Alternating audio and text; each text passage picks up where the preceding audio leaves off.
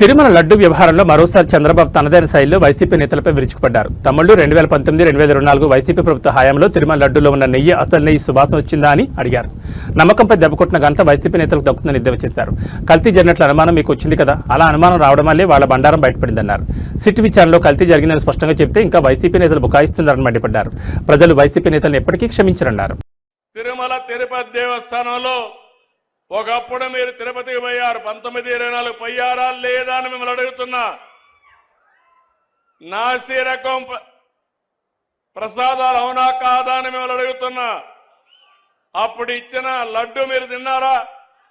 1924లో తెస్తే సువాసన వచ్చిందా, నెయ్యి వాసన వచ్చిందా? అందులో నేను అడుగుతున్నా ఒకే మాట. మా తమ్ముడు నామాలు కూడా పెట్టుకున్నాడు, అది పవిత్రత, దేవుని మీద అభిమానం. చాలా మంది ఉన్నాం, ఒక నమ్మకం.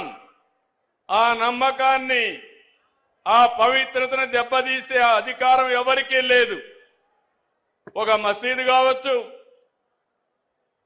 ఒక చర్చ్ కావచ్చు, ఒక దేవాలయం కావచ్చు, ఆ పవిత్రత కాపాడే బాధ్యత తీసుకోవాలి. అలాంటిది అపవిత్రం చేస్తే నేను ముఖ్యమంత్రి అయిన తర్వాత నేను ఇచ్చిన హామీ ప్రకారం రెండో సంతకం ఆఫీసర్ వేసింది తిరుమల తిరుపతి దేవస్థానం ఈవోగా వేసి శ్యామలరావుని ప్రారంభించా. వస్తే నెయ్యి చూస్తే బాగా లేకపోతే తిరిగి పంపించి దాంట్లో నుంచి శాంపుల్ తీసుకొని ఎన్డీడీబీ పంపించారు. ఎన్డీడీబీ పంపిస్తే అందులో నుంచి ఎనిమల్ ఫ్యాట్ ఉందని ఆ రోజు చెప్పారు. అది చెప్పిన తర్వాత నేను ఆలోచించి ఇది నేను చెప్పకపోతే నా మీద అప్రతిష్ట వస్తుంది, అపవాదు వస్తుందనే ఉద్దేశంతో చెప్పాను. తర్వాత లేనిపోని సమస్యలన్నీ క్రియేట్ చేసి సుప్రీంకోర్టు వరకు పోయే పరిస్థితికి వచ్చారు. సిట్ వేశారు. ఆ సిట్లో వచ్చినటన్నీ మీరు చదివి ఉంటారు. చాలా స్పష్టంగా చెప్పారు, అసలు ఇది నెయ్యే కాదు, కెమికల్స్తో తయారు చేసిన నెయ్యి అని చెప్పారు. రాష్ట్ర ప్రభుత్వాన్ని కూడా యాక్షన్ తీసుకోమని అధికార యంత్రాంగం పైన ఒక రిపోర్టు పంపించారు.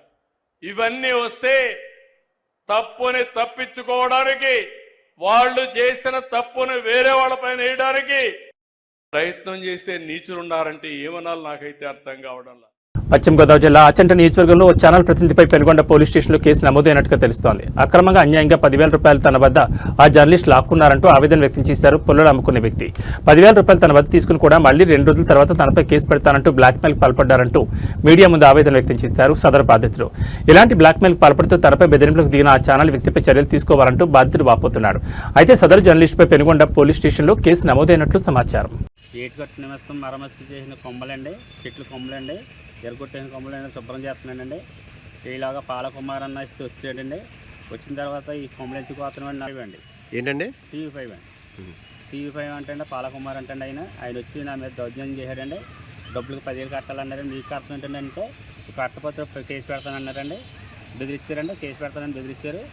బెదిరించిన తర్వాత నాకు భయం వేసి నేను డబ్బులు కట్టాను సార్. డబ్బులు కట్టిన తర్వాత మళ్ళీ పాలకుమార్ వచ్చి మళ్ళీ ఎదరికి వెళ్ళిపోయి మళ్ళీ వెనక్కి వచ్చి ఈ గొడవ ఎవరికన్నా చెప్తే మళ్ళీ కేసు పెడతాను అని చెప్పాడండి. అది నాకు జడిచి ఇక డబ్బులు పోనీ అక్కడ రైతులతో గట్రా చెప్పానండి. చెప్తే మీ దగ్గర వాళ్ళు డబ్బులు తీసుకుంటామేంటని రైతులు నాకు సహకరించారండి. ఇప్పుడు వాళ్ళు నేను ఏదైనా తప్పు చేసి ఉంటే అక్కడ రైతులను కొనుక్కోండి, నేను ఎక్కడేం చేయలేదండి. చేసిన తర్వాత రైతులందరూ అన్నారు మీరు ఏదైనా చేయండి, మేము సాక్ష్యాలు చెప్తామన్నారు సార్. అన్న గురించి నేను మీడియా మిత్రులని కనుక్కొని ఇలా సహకరించానండి. నాకు జరిగినట్టు ఇంకెవరికి జరగకూడదండి. నేను ఎక్కడి నుంచి వచ్చానంటే పొట్ట కోసం వచ్చానండి. వచ్చిన తర్వాత ఇలాగా నన్ను బెదిరించారండి. బెదిరిస్తాను తెలిసిందండి.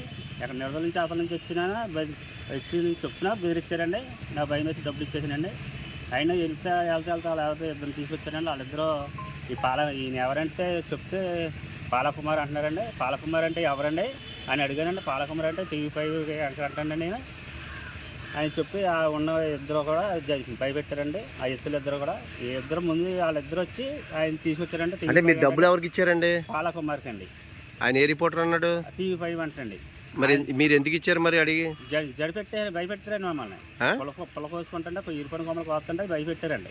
ఇప్పుడు ఎవరు కొయ్యమట్టు కోసేవండి అండి భయపెట్టి దౌర్జన్యం చేశారండి. కేసు పెట్టేస్తామని డబ్బులు ఇచ్చినట్టు మరి దౌర్జన్య కొమ్మలే కదా నువ్వు కోసుకునేది, నువ్వు ఎందుకు? ఇరుకొని కొమ్మలకు వస్తున్నాను సార్. ఇరుకొని కొమ్మలకు వస్తుంటే ఇది మొత్తం ఏటు కొట్టి మరమ్మతు చేశారండి. అది చేసిన తర్వాత ఇలాగ ఇరుకొని కొమ్మలో నేను అక్కడ ఏటు కొట్టి అతను కస్టమర్ లేదండి అడిగితే కోసుకోమన్నారని, శుభ్రం చేసి పెట్టమన్నారు. చేసిన తర్వాత ఇలాగ వచ్చి దౌర్జన్యం చేశారండి. ఎక్కడి నుంచి వచ్చాను సార్, ఎక్కడ కూలి పని కోసం వచ్చామండి, అయినా వినలేదండి. వినకుండా ఇలా చేశారండి. కంప్లైంట్ పెట్టి 10,000 తీసేసుకుని మళ్ళీ పోలీస్ స్టేషన్ పెడతానన్నారని భయం వేసి నేను టీవీ మిస్త్రులని ఇక్కడ సహకరించానండి. నాకు జరిగినది ఇంకెవరికి జరగకూడదండి పెట్టమండి. ఎక్కడండి? ఇక్కడ పెనుగొండ అండి. పెనుగొండ పోలీస్ స్టేషన్లో కంప్లైంట్? పెనుగొండ పోలీస్ స్టేషన్లో కంప్లైంట్ పెట్టామండి. ఎందుకంటే ఇప్పుడు నాకు జరిగినది ఇంకెవరికి జరగకూడదు కదండి. ఇప్పుడు నా దగ్గర నేను కూలి పనికి వచ్చామండి.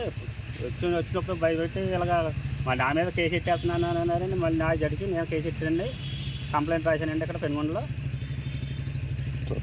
తిరుపూర్ తమిళనాడులోని 5 ప్రాంతాల్లో ఉంటూ పాకిస్తాన్ ఆధారిత ఉగ్రవాద సంస్థలకై కంటెంట్ పోస్ట్ చేస్తున్న 6గురిని అరెస్ట్ చేశారు తమిళనాడు పోలీసులు. అరెస్ట్ అయిన 6గురు పాకిస్తాన్కు అనుకూలంగా పనిచేస్తూ భారతదేశంలో ఉగ్రవాద కుట్రలకు ప్లాన్ చేస్తున్నట్లుగా ప్రాథమికంగా తేలినట్లుగా పోలీసులు ప్రాథమిక విచారణలో తేలింది. ఈ వ్యవహారం ప్రస్తుతం దేశవ్యాప్తంగా సంచలనం రేకెత్తిస్తోంది. ఈ ఘటనకు సంబంధించిన పూర్తి వివరాలు విచారణ అనంతరం పోలీసులు బయటపెట్టే అవకాశం ఉన్నట్టుగా తెలుస్తోంది.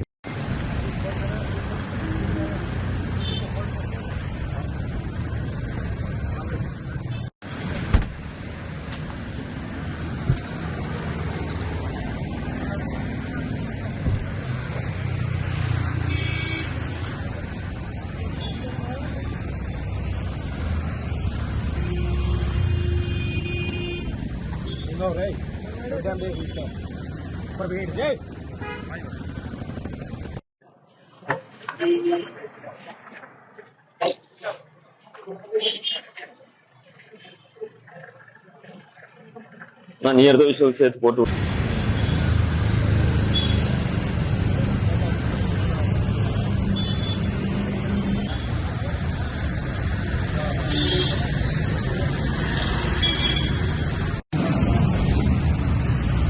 அந்த 3 பேர் தான் டெல்லி போலீஸ்.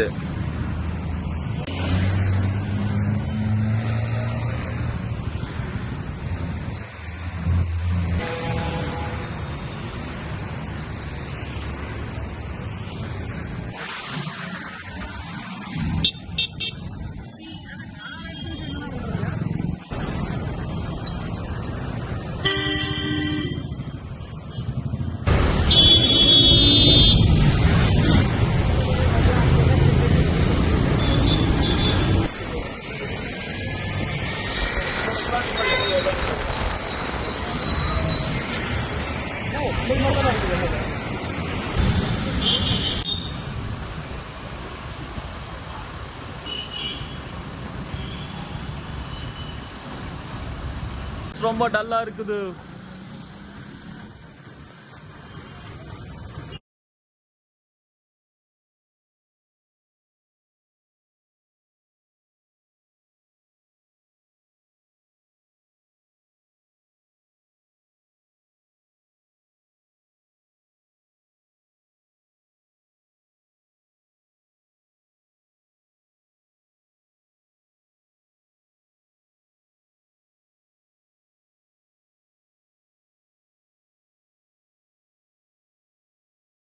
పశ్చిమ గోదావరి జిల్లా తాడేపల్లిగూడెం తెలుగుదేశం పార్టీ కార్యాలయంలో నియోజకవర్గ ఇన్ఛార్జ్ వలవల బాబ్జీ ఆధ్వర్యంలో రాష్ట్రంలో జరిగిన పెద్ద తిరుపతి లడ్డూ కల్తీ నిధి గురించి అలాగే శాసనమండలిలో వైసీపీ నాయకులు చేసిన దుష్ప్రచారాన్ని ప్రజలకు తెలిసే విధంగా పార్టీ కార్యాలయంలో ప్రెస్ మీట్ నిర్వహించారు. తెలుగుదేశం శ్రేణులు తెలుగుదేశం తాడేపల్లిగూడెం పట్టణ అధ్యక్షుడు పట్నాల రాంపండు, రాష్ట్ర organising secretary Gorrela Sridhar, Padmanabhan Murali, Krishnamohan, Kalyan Ramachandra Rao, Datla Jagannatha Raju, Erubandi Satish, Sheikh Baji, Dodla Balaji, Ambati Vasu, market yard vice president Mutyala Satyanarayana, Muppidi Ramesh, కిలాడి Sai, Penninti Durgarao తదితరులు పాల్గొన్నారు.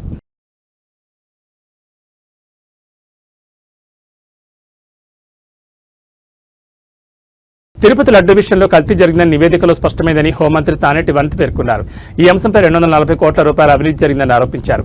దీనిపై విచారణ జరుగుతోందని, పూర్తి విచారణ అనంతరం దోషులపై ఖచ్చితంగా చర్యలుంటాయని హోంమంత్రి అనిత స్పష్టం చేశారు.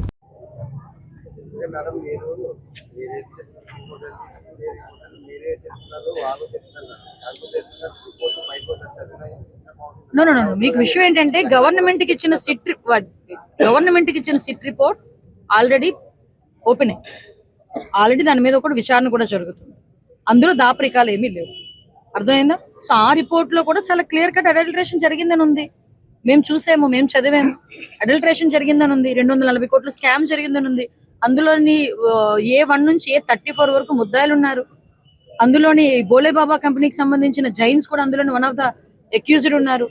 సో ఇవన్నీ కూడా జరిగినాయి. అయినప్పటికీ కూడా ఇంత జరిగిన తర్వాత కూడా ఏది జరగలేదు అన్నట్టుగా మా మీద అదే మస్పూస్ మారడిగా చేయడానికి ప్రయత్నం చేసే పరిస్థితి ఇదని మాత్రం నేను చెప్తాను.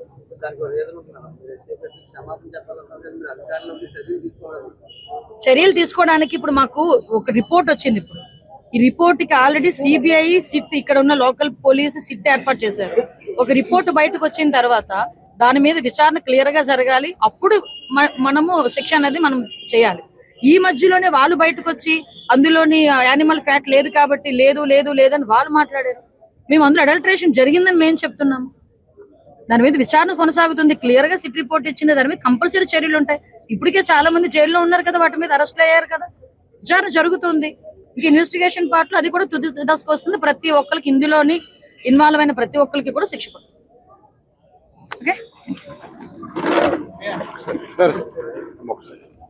పశ్చిమ గోదావరి జిల్లా పెంటపాడు కాలేజ్ సెంటర్లో ఆర్సీడీఎస్ అధ్యక్షులు కర్రి శ్రీనివాసరెడ్డి ఆధ్వర్యంలో ప్రథమ స్వాతంత్ర సమరయోధులైన ఉయ్యాలవాడి నరసింహారెడ్డి 179వ వర్ధంతి కార్యక్రమం నిర్వహించారు. ఈ సందర్భంగా ఈ కార్యక్రమంలో నరసింహారెడ్డి స్వాతంత్ర్యం కోసం పోరాడిన విశేషాలను వక్తలు గుర్తు చేసుకుని ఆయనకు నివాళులర్పించారు. ఈ కార్యక్రమంలో ఆర్సీడీఎస్ స్టేట్ ఉపాధ్యక్షులు నల్లమెల్లి విజయ ఆనందరెడ్డి, జిల్లా మహిళా అధ్యక్షురాలు పోతంశెట్టి లక్ష్మి, జిల్లా అధ్యక్షులు శ్రీనివాసరెడ్డి, జిల్లా ప్రధాన కార్యదర్శి రెడ్డి, జిల్లా కోశాధికారి వెలగల రంగారెడ్డి, సత్తిచంటిగారి శ్రీనివాసరెడ్డి, సభ్యులు కేబిల్ పండురెడ్డి, గొలుగూరు దేవి వరప్రసాద్ రెడ్డి, కర్రి శివారెడ్డి, కొవ్వూరు విజయభాస్కర్ రెడ్డి, కర్రి పృథ్వీరెడ్డి, పడాల కిషోర్ రెడ్డి, వెలగల మంగారెడ్డి, కర్రి మోహన్ రెడ్డి, వెలగల నిరంజన్ రెడ్డి తదితరులు ఈ కార్యక్రమంలో పాల్గొన్నారు.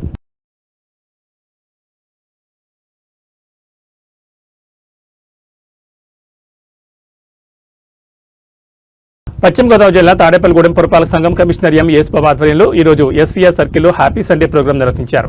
ఈ కార్యక్రమంలో పురపాలక సంఘం ఉద్యోగులు, ప్రజలు, పిల్లలు పాల్గొన్నారు.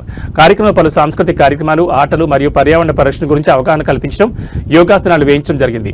ఉద్యోగులు, ప్రజలు ఈ కార్యక్రమంలో పాల్గొని సంతోషం వ్యక్తం చేశారు. ఈ కార్యక్రమంలో మున్సిపల్ కమిషనర్ ఎం యేసుబాబుతో పాటుగా పురపాలక సంఘం అధికారులు, స్థానిక ప్రజలు పాల్గొన్నారు.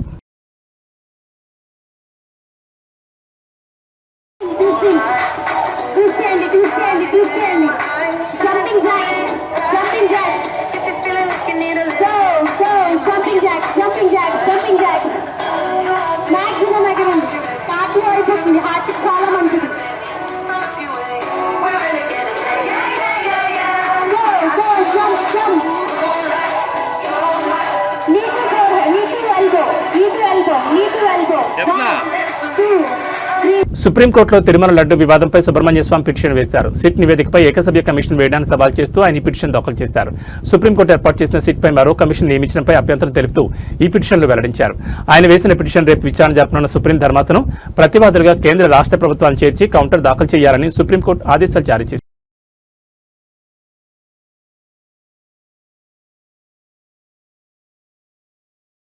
టైలర్స్ అసోసియేషన్ వ్యవస్థాపకులు ఆకాశపు అప్పల నరసింహమూర్తి వర్ధంతి సందర్భంగా ఆంధ్రప్రదేశ్ టైలర్ ఫెడరేషన్ చైర్మన్ ఆకాశపు స్వామి ఆధ్వర్యంలో పశ్చిమ గోదావరి జిల్లా తాడేపల్లిగూడెంలో పేదలకు నూతన వస్త్రాలు, పండ్లు పంపిణీ చేశారు.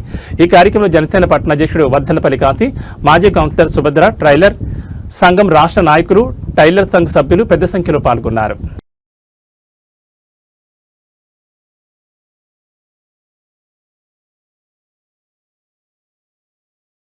దొంగ నోట్లు మార్పిడి చేసే ముఠా సభ్యులను తూర్పుగోదావరి జిల్లా కొవ్వూరు పోలీసులు అరెస్ట్ చేశారు. 5 ముఠా సభ్యుల్లో 3 పోలీసులు అదుపులో తీసుకున్నారు. పోలీసులు అరెస్ట్ చేసిన వారిలో గోపాలపురం నియోజకవర్గం గోపాలపురం చెందిన శేఖర్, జంగారెడ్డిగూడెం చెందిన లాగు శ్రీను, కోవూరు నియోజకవర్గం చాగాలకు చెందిన బొడిపే తేజ ఉన్నారు. నిందితుల వద్ద నుంచి మొత్తం 1,45,500 రూపాయల విలువైన దొంగ నోట్లు స్వాధీనం చేసుకున్నారు. వీరికి దొంగ నోట్లు ఆన్లైన్ మార్గం ద్వారా వారికి అందుతున్నాయని పోలీసుల ప్రాథమిక విచారణలో వెల్లడైంది. మరో 2 పరారీలో ఉన్నారు.